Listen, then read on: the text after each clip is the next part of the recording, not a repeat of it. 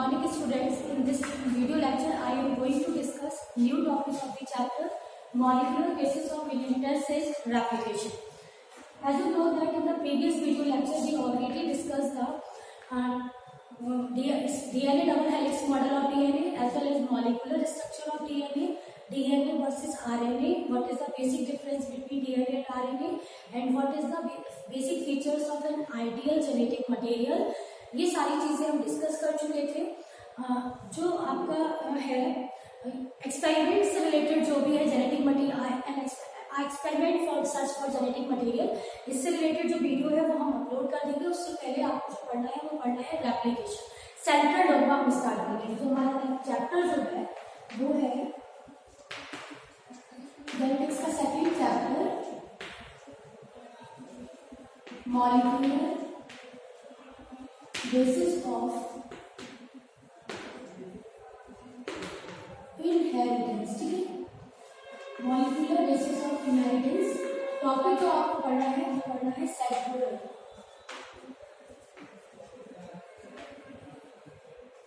Central dogma was given by Francis क्रिक.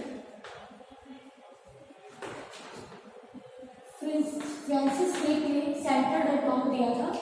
और central dogma बोलता क्या? Central dogma according to central dogma how the gene express, मतलब ये हमको ये बताता है कि किस तरीके से कोई जीन जो है वो अपने आप को एक्सप्रेस करता है और कौन कौन से स्टेप से वो जो है पास आउट होता है.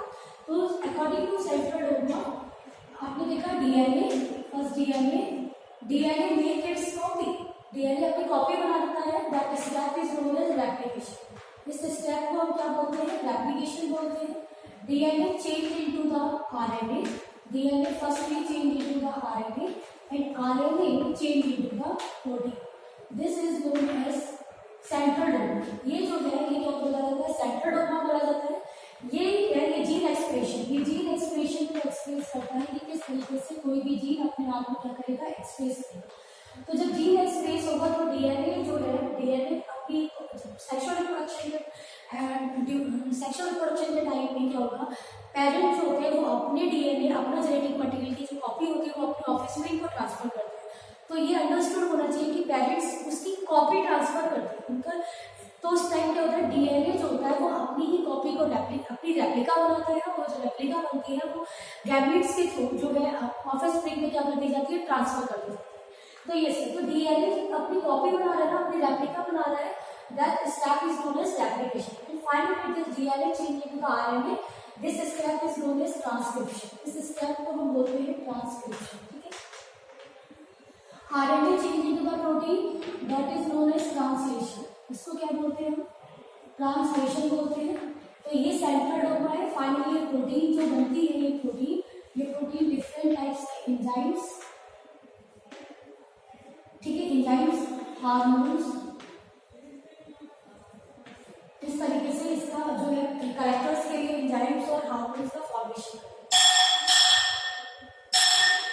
नेक्स्ट क्या होता है कि जो आरएनए है, जो आपके रेट्रोवायरस होते हैं, ये तो आपका नॉर्मल होता है, लेकिन जो रेट्रोवायरस है in the case of retrovirus, ठीक है, रेट्रोवायरस क्या है पहले आप ये जानिए. रेट्रोवायरस इसके लिए स्टेटमेंट आती है इस तरीके से, not follow the central dogma. मतलब ये जो हमारे हैं ये सेंट्रल डोग्मा को फॉलो नहीं करते. सेंट्रल डोग्मा को फॉलो नहीं करते. तो सेंट्रल डोग्मा को फॉलो क्यों नहीं करते हैं? क्यों नहीं फॉलो करते हैं? क्योंकि रेट्रोवायरस कंटेन्स आरएनए. रेट्रोवायरस में आपको क्या मिलता है? RNA instead of DNA. इनमें बेटा आरएनए मिलता है. किसकी जगह पे? डीएनए की जगह पे. यहाँ पे आरएनए मिलता है at the place of DNA. That is why RNA is present as a genetic material and this process takes place in reverse direction. ये जो प्रोसेस होती है वो रिवर्स डायरेक्शन होती है. मतलब ये क्या होगा? जो ये genetic material RNA first change into the DNA. अभी तक आपने सेंट्रल डोग्मा में जो पढ़ा वो डीएनए से आरएनए का फॉर्मेशन हो रहा था, लेकिन रेट्रोवायरस में जेनेटिक मटेरियल आरएनए होने की वजह से रिवर्स डायरेक्शन में रिएक्शन हो रही है. जो genetic material RNA change into the DNA and this step is known as reverse transcription. इसको क्या हम बोलते हैं? रिवर्स ट्रांसक्रिप्शन बोलते हैं. ठीक है, ट्रांसक्रिप्शन के लिए जो एंजाइम ट्रांसक्रिप्टेज। कौन सी एंजाइम चाहिए आपको? ट्रांसक्रिप्टेज चाहिए, ठीक है। लेकिन अगर यहीं पे अगर आप बात करें रिवर्स ट्रांसक्रिप्शन की जो एंजाइम चाहिए दैट इज रिवर्स ट्रांसक्रिप्टेज। यहाँ पे जो एंजाइम चाहिए दैट इज रिवर्स ट्रांसक्रिप्टेज, ये एंजाइम आपको चाहिए। ये सारी चीजें आपको ये पता होना चाहिए आपको। तो ये आपका सेंट्रल डोग्मा है, तो वन बाय वन आपको सारी चीजों को डिस्कस करना है। एक बार फिर से देख लीजिए। Central dogma tells DNA make its own copy that is known as replication, DNA change into RNA that is known as transcription, RNA change into protein that is known as translation. Clear? ठीक है। In retrovirus RNA is present instead of DNA, that is why this reaction become reverse. RNA first change into the DNA, that is opposite of transcription, that is why it is known as reverse transcription. And enzyme is used, that is reverse transcriptase. तो आपको ये जो आपका replication है और जो transcription है, replication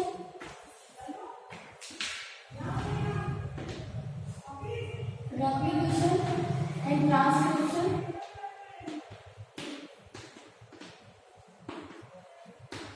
takes place in nucleus.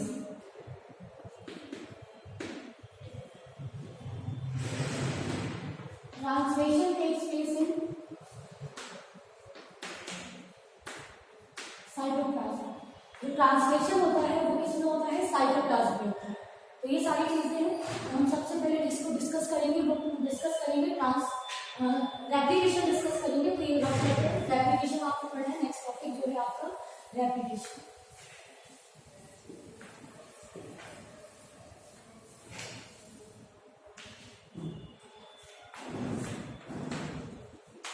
Replication आप इसकी डेफिनेशन कैसे दे सकते हो? It is a process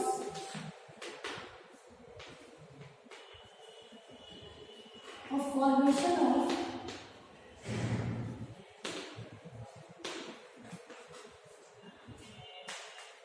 replica of DNA।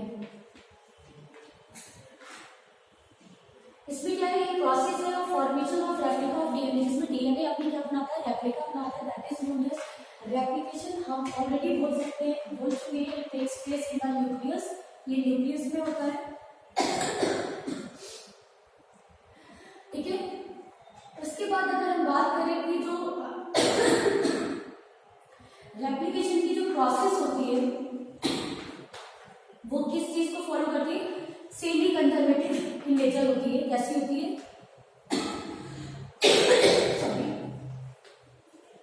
Semi conservative in nature. According to semi conservative in nature, इसमें क्या होता है?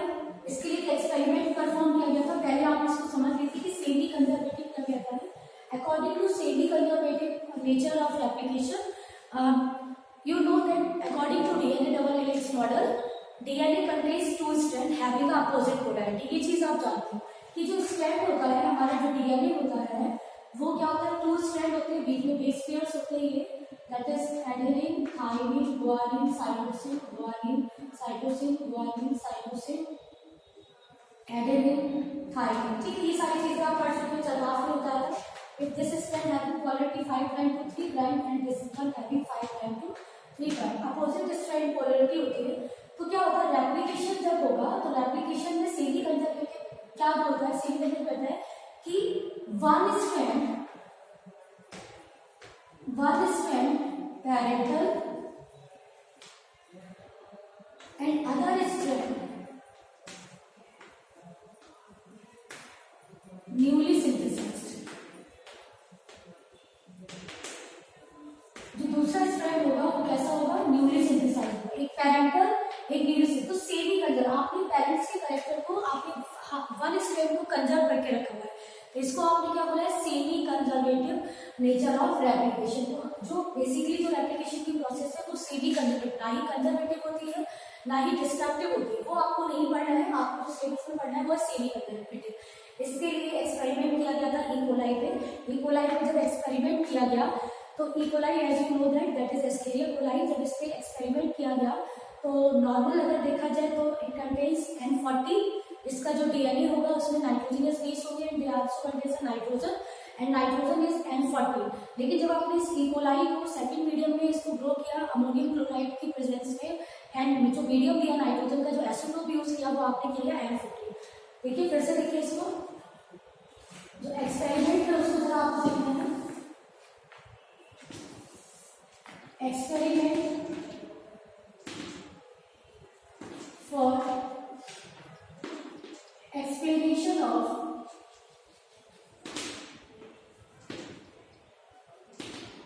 semi-conservative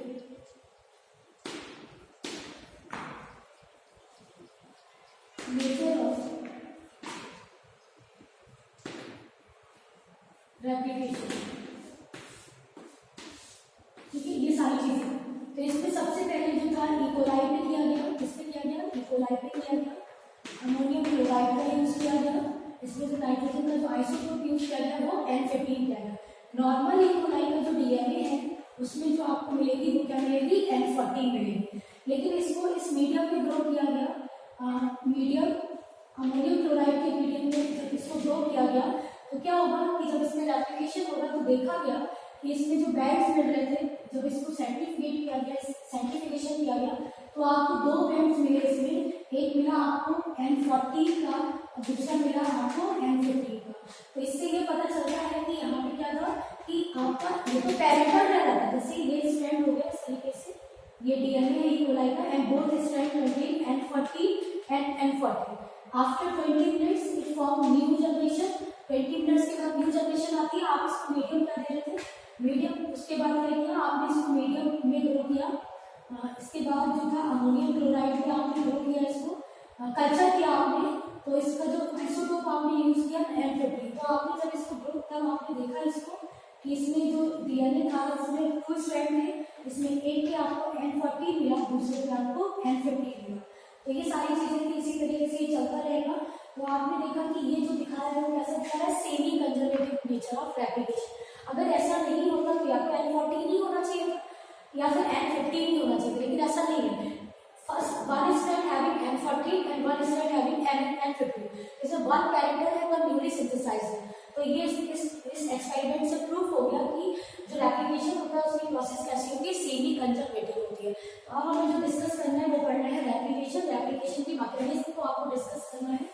ठीक है, तो मैकेनिज्म ऑफ रेप्लिकेशन, इस चीज को आपको देखना है, बहुत इंपॉर्टेंट क्वेश्चन ये। मैकेनिज्म ऑफ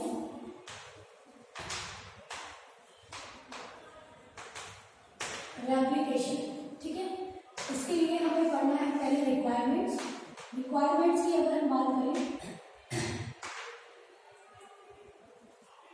रिक्वायरमेंट्स में सबसे पहले डीएनए स्ट्रैंड, आपके पास डीएनए स्ट्रैंड होना चाहिए, तभी तो आप उनकी क्या बनाएंगे, रेप्लिका बनाएंगे। सेकंड जो होना चाहिए अनवाइंडिंग, क्योंकि आपको पता है किस फॉर्म में रहता है, हेलिकल फॉर्म में रहता है, हेलिक्स, तो आपको चाहिए हेलिकेज चाहिए फॉर अनवाइंडिंग ऑफ डीएनए। इसके लिए चाहिए फॉर अनवाइंडिंग ऑफ डीएनए ये चाहिए। नेक्स्ट आपको जो चाहिए SSBP चाहिए, ठीक है, सिंगल स्ट्रैंडेड बाइंडिंग प्रोटीन। क्या चाहिए, सिंगल स्ट्रैंडेड बाइंडिंग प्रोटीन चाहिए आपको, ठीक है। अभी हम इसको डिस्कस करेंगे क्या फंक्शन है। नेक्स्ट आपको जो चाहिए वो प्राइमर चाहिए, ठीक है। फिफ्थ आपको जो चाहिए वो आपको ओआई चाहिए, ओरिजिन ऑफ रेप्लिकेशन।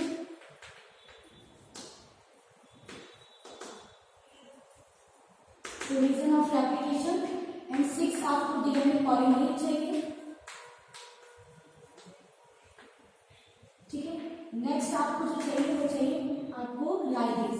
क्या चाहिए, लाइगेज। तो हम वन बाय वन इन सारी चीजों को डिस्कस करते हैं। ये रिक्वायरमेंट्स हो गई इसकी। रेप्लिकेशन की मैकेनिज्म जो आपको देखना है बहुत इजी है, थोड़ा ध्यान, इजी तो नहीं कह सकते आप इसको, लेकिन इतना टिपिकल भी नहीं है। आपको ये 5 मार्क्स का क्वेश्चन मिल जाएगा पूरे प्रोसेस बताने के लिए। तो देखिए सबसे पहले डीएनए है आपको,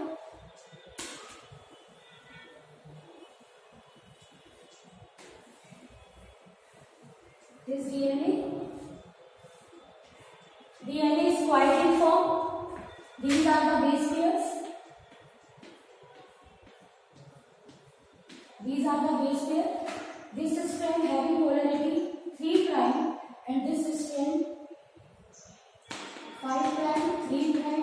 दिस वन इज 5। अब क्या होगा, अगर आपको रेप्लिकेशन की प्रोसेस करनी है तो आपका फर्स्ट स्टेप होता है यू हैव टू ओराई। हमको क्या है, डीएनए स्ट्रैंड में ओराई होना चाहिए। Ori stands for origin of replication. ये वो एरिया है डीएनए का, वो पार्ट है जहां से हेलिकेज अटैच होगी। और हेलिकेज आप जानते हैं, helicase is a enzyme which help in the unwinding of DNA and it is also known as unzipping of DNA। क्या बोलते हैं हम इसे, unzipping of DNA। तो ये सारी चीजें हैं, unzipping of DNA और unwinding of DNA। तो ये सारी चीजें हैं। आपका क्या होगा, ओराई क्या है, ओराई इज द प्लेस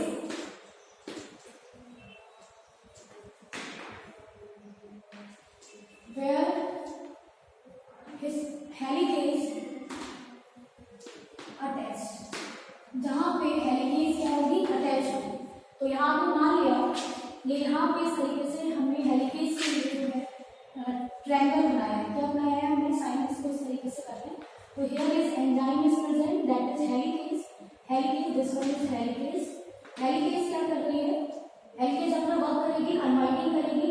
इस तरीके से जो हाइड्रोजन बॉन्ड होंगे उनको ब्रेक करती हुई चलेगी। जब हाइड्रोजन को ब्रेक करेगी ये सारी चीजें इस तरीके से देखते रहिए, जब ब्रेक करेंगे तो आपके जो हाइड्रोजन बॉन्ड ब्रेक हो जाएंगे, दोनों स्ट्रैंड आपको जो है फॉर्क के फॉर्म में नजर आएंगे। इस तरीके से ना, इस तरीके से फॉर्क में नजर आएंगे, इस तरीके से। This one is 3 prime and this one is 5 prime. ठीक है, यहाँ पे इसके नाइट्रोजन स्पेस जो है वो फ्री हो गए हैं। यहाँ पे मान लिया adenine, thymine, guanine, cytosine, cytosine. इसका complementary G C A T. इस तरीके से ये स्ट्रैंड सेपरेट हो गए हैं। अब देखिए क्या होगा, ये हेलिकेज अपना अनवाइंडिंग कर रही है सारी चीजें, यहाँ पे इस तरीके से अनवाइंडिंग कर रही है हेलिकेज। ठीक है, उसके बाद क्या होगा, ये स्ट्रैंड जो है कॉम्प्लीमेंट्री एक दूसरे के फिर से एक दूसरे के पास आ जाए, इसके लिए आपको सेकंड प्रोटीन यहाँ पे यूज करनी पड़ेगी, दैट इज SSBT। कौन सी है, SSBT। इसका नाम ही है सिंगल स्ट्रैंडेड बाइंडिंग प्रोटीन। ये क्या करती है, जो स्ट्रैंड सेपरेट हुए उनको उनकी पोजीशन पे फिक्स करती है, जिसकी वजह से फिर से हाइड्रोजन बॉन्ड का फॉर्मेशन ना हो जाए कॉम्प्लीमेंट्री न्यूक्लियोटाइड में। ठीक है, तो SSBT दो एंजाइम्स का वर्क हमने पढ़ लिया, हेलिकेज, SSBT और आई हम डिस्कस कर चुके। अब जैसे ही हेलिकेज आगे बढ़ती रहेगी इस तरीके से ये जो फॉर्म बनती है Y shape form, that is known as replicative form। इसको क्या बोलते हैं, रेप्लिकेटिव फॉर्म बोलते हैं। ये सारी चीजें उसके बाद अब क्या करना है, नेक्स्ट यहाँ पे प्राइमर का वर्क होता है। क्या होता है प्राइमर, तो प्राइमर क्या है, ये 10 to 40 न्यूक्लियोटाइड्स होते हैं जो क्या होंगे, अपोजिट न्यूक्लियोटाइड में क्या हो जाएंगे, अटैच हो जाएंगे। मान लिया यहाँ पे ये जो है इस तरीके से ये प्राइमर यहाँ पे अटैच हुआ, इसका अपोजिट यहाँ पे इसको न्यूक्लियोटाइड मिले, तो ये आरएनए प्राइमर यहाँ पे यूज हो गया। ठीक है, प्राइमर जैसे ही अटैच होगा it provide the place for the DNA polymerase. ये डीएनए पॉलीमरेज है, डीएनए पॉलीमरेज का फंक्शन सुनिए, डीएनए पॉलीमरेज एट द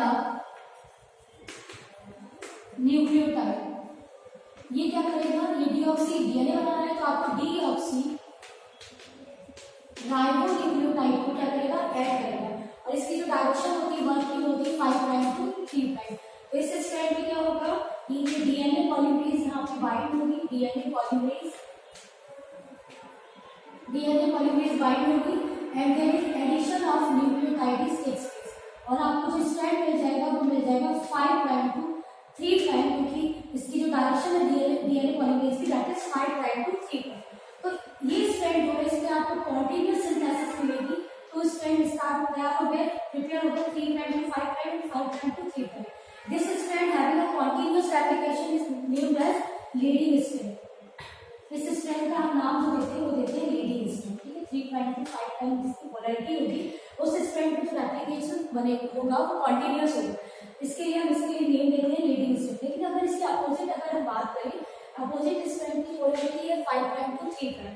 और ये जो आप अगर आप इसी डायरेक्शन में और जो आपकी डीएनए पॉलीमरेज है वो वर्क करती है 5 prime to 3 prime.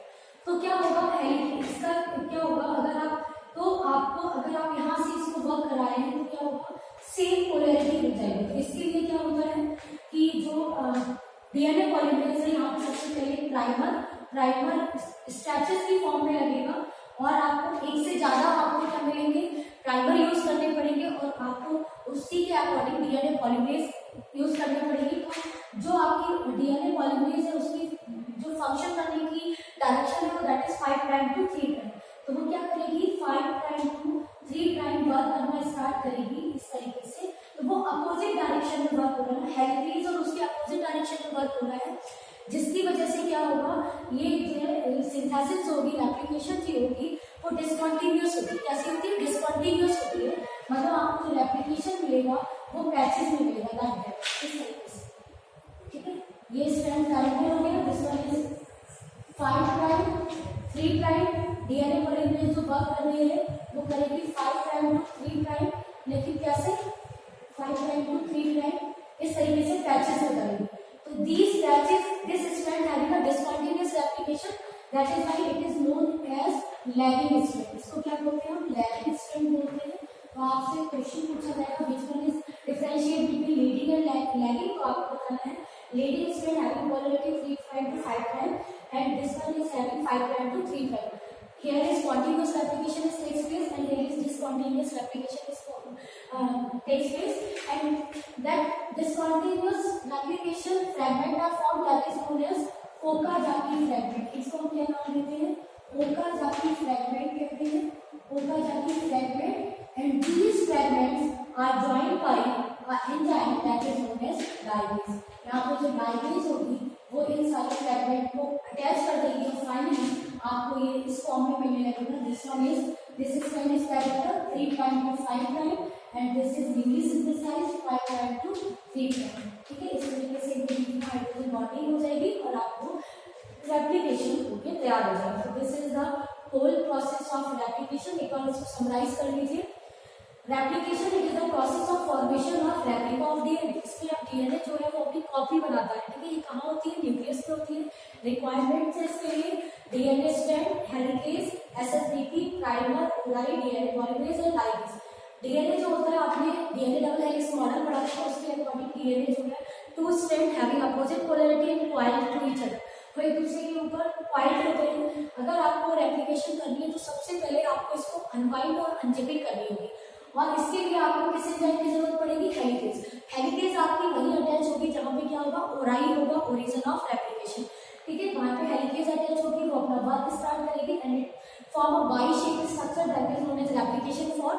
Once the replication form is form, then there is attachment of other enzymes takes place, that is first of all SSBP comes and that is single stranded binding protein, it fix the opposite strand in their position। ठीक है, and third enzyme जो primer use होता है, primer है type to 40 nucleotide which attach with according to that strand. जहां पे उनको opposite मिलेगा वहां पे वो अटैच हो जाएंगे and this primer provide the place for the DNA polymerase.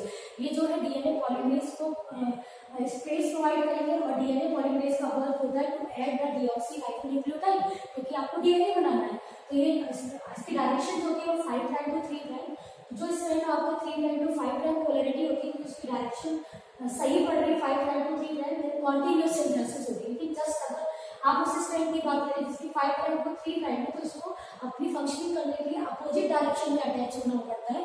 इसलिए एक से ज्यादा प्राइमर्स की जरूरत पड़ती है, डीएनए पॉलीमरेज की जरूरत पड़ती है, जिसकी वजह से जो रेप्लिकेशन होता है वो फ्रैगमेंट की फॉर्म में होता है and that fragment is known as Okazaki fragment, and finally these Okazaki fragment are combined by molecular glue that is known as ligase। So ligase is known as molecular glue which join the DNA fragment, and finally one is parental, other is newly synthesized, one is parental, other is newly synthesized। Finally हमारा replication जो complete होता है, आपका assignment, आपका homework ये है कि आप रेप्लिकेशन को पहले रीड आउट करेंगे एनसीईआरटी से, एग्जाम आइडिया से, उससे रिलेटेड जो भी क्वेश्चन है आप उन्हें रीड आउट करेंगे। ठीक है, अगर कोई प्रॉब्लम है तो आप मुझसे पूछ सकते हैं। उसके बाद हम नेक्स्ट वीडियो लेक्चर में डिस्कस करेंगे ट्रांसक्रिप्शन। क्या डिस्कस करेंगे? Transcription. Thank you, have a nice day.